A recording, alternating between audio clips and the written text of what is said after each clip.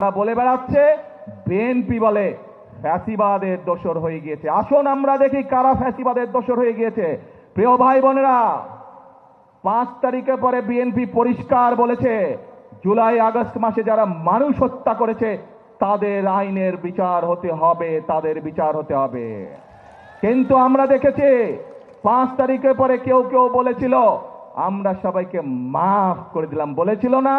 BNP বলেছিল এই দেশের জনগণ যে সিদ্ধান্ত নেবে বিএনপি সেটি মাথা পেতে নিবে, এবং বিএনপি দেশে বিশ্বাস করে জনগণই সকল ক্ষমতার উৎস।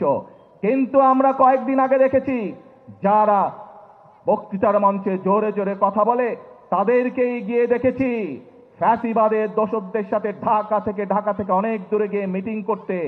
জনগণ যখন সেটা ঘিরে ফেলেছে জায়গা, তখন আর তারা কোনো জবাব দিতে পারে না। কেন ফ্যাসিবাদের সাথে গিয়ে মিটিং করেছে মনে আছে আপনাদের?